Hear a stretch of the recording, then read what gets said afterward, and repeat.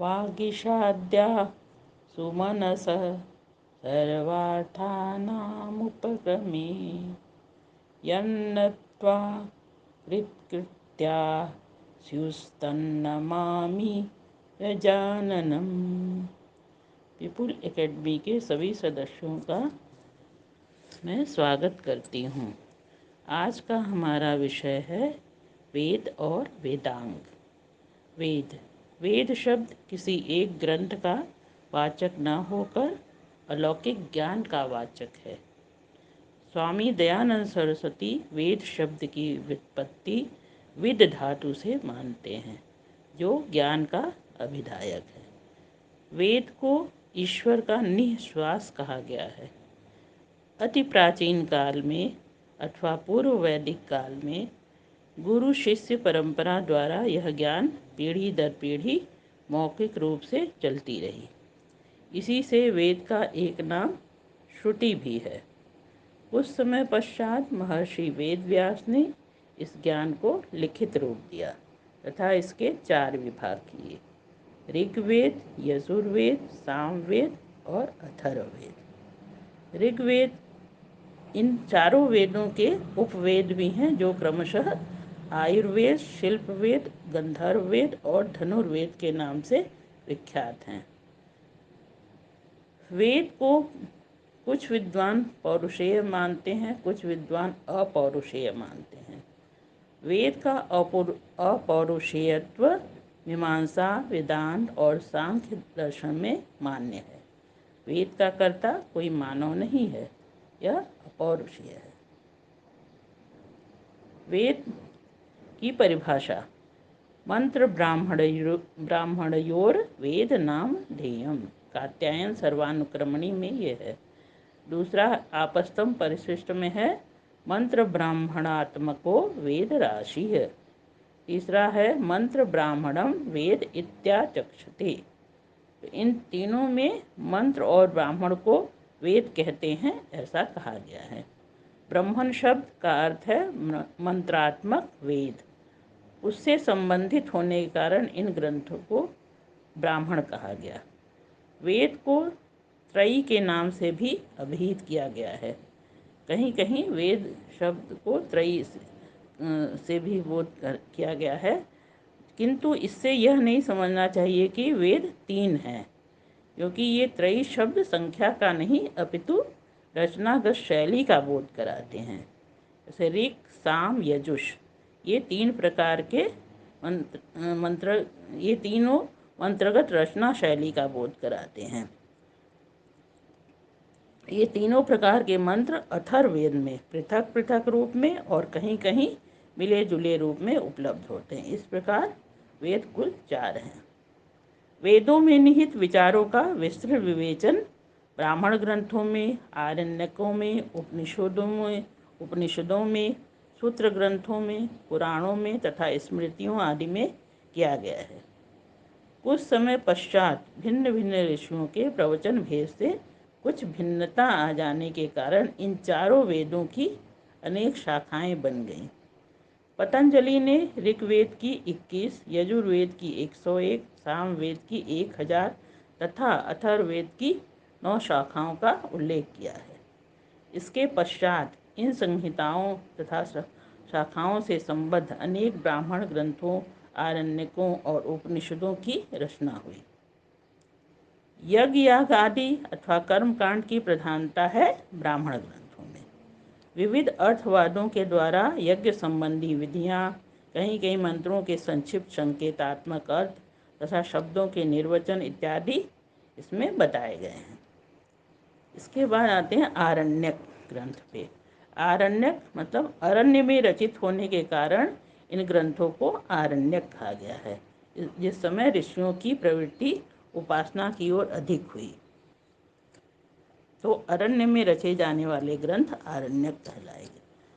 उपनिषदों में कर्मकांड तथा उपासना दोनों की अपेक्षा ऋषि परम तत्व के चिंतन में अधिक प्रवृत्त दिखे, इसीलिए उपनिषदों को ज्ञान कांड कहा गया है। इस प्रकार ब्राह्मणों को कर्मकांड, आरण्यकों को उपासना कांड तथा उपनिषदों को ज्ञान कांड कहा गया। ये उपनिषद, आरण्यक, ब्राह्मण सभी वेद के ही अंश हैं, ये वेद ही हैं। सभी वेदों की शाखाओं के आधार पर उतने ही ब्राह्मण, आरण्यक एवं उपनिषदों की संख्या भी होनी चाहिए, किंतु संप्रति ये सभी उपलब्ध नहीं हैं। बहुत से प्राचीन ग्रंथ हमारे उपलब्ध नहीं हैं। चलिए अब आते हैं वेदांग पर। वेदांग मीन्स वेदस्य अंगानि, वेद के कितने अंग हैं ये बताए गए हैं।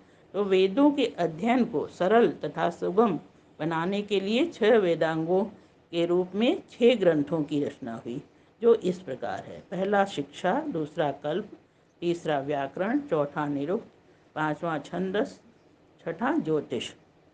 पहला शिक्षा। शिक्षा ग्रंथों की एक लंबी परंपरा रही है। पाणिनीय शिक्षा, याज्ञवल्क्य शिक्षा आदि ग्रंथ मतलब ऋषियों द्वारा रचित अनेक शिक्षा ग्रंथ उपलब्ध हैं। इसमें उदात्त, अनुदात्त, स्वरित आदि स्वरों तथा वर्णों के उच्चारण के नियम बताए गए हैं। दूसरा वेदांग है कल्प। कल्प ग्रंथों में कर्मकांड संबंधी विविध विधि विधानों की व्यवस्था वर्णित है। ये ग्रंथ 3 प्रकार के हैं तथा सूत्रबद्ध हैं। पहला श्रौत सूत्र, इसमें श्रुति विहित दर्श, पूर्णमास आदि यज्ञों का वर्णन मिलता है। दूसरा गृह्य सूत्र, गृह्य अग्नि में किए जाने वाले यज्ञों तथा विवाह आदि संस्कारों का वर्णन मिलता है। तीसरा धर्म सूत्र, इसमें चारों वर्णों और चारों आश्रमों के विविध कर्तव्यों का उल्लेख किया गया है। अब आते हैं तीसरे वेदांग पे, व्याकरण।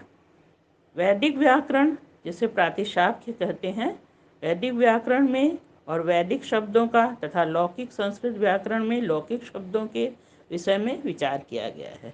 व्याकरण के ग्रंथों तथा उनके प्रवक्ता आचार्यों की एक लंबी परंपरा रही है, किंतु सर्वाधिक महत्ता एवं लोकप्रियता पाणिनीय व्याकरण को ही प्राप्त है।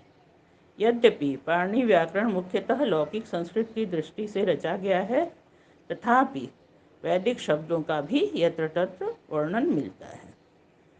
चौथा वेद का अंग है निरुक्त।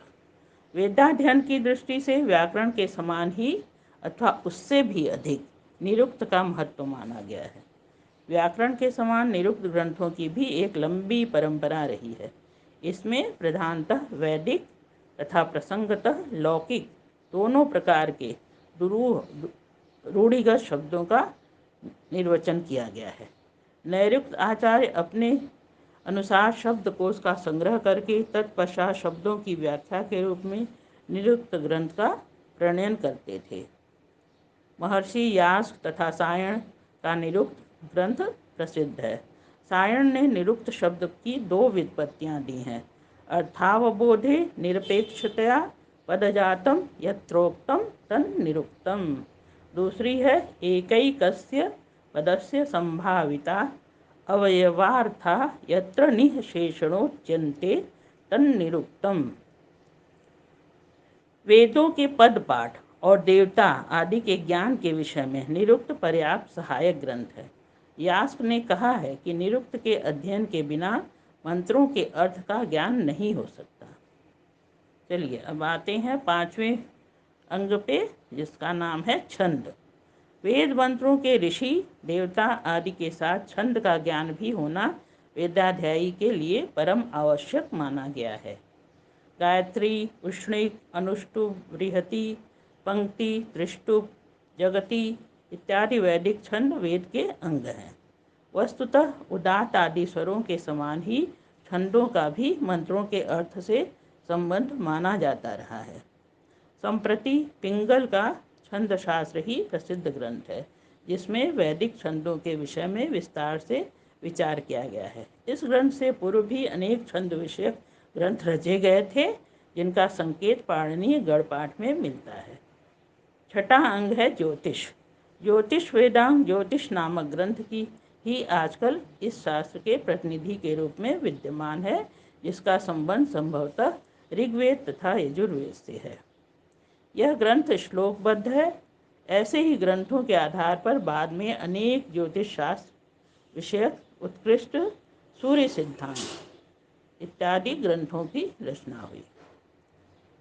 इन छह शास्त्रों में इन छह वेदांगों में, छह शास्त्रों में जिन विषयों का उल्लेख या विवेचन है, यह सब कुछ मूल रूप में वेदों में ही विद्यमान है। वेद अध्ययन करता विद्यार्थियों को वेदों के एक एक शब्द तथा मंत्र को समझने में सरलता हो, आसानी हो सके, इसलिए आचार्य ने इन वेदांगों की रचना की, जो अत्यंत उपयोगी सिद्ध हुई। आज मैं यहीं पे समाप्त करती हूँ। आशा है आप लाभान्वित हुए होंगे, आपको पसंद आया होगा। नमस्कार।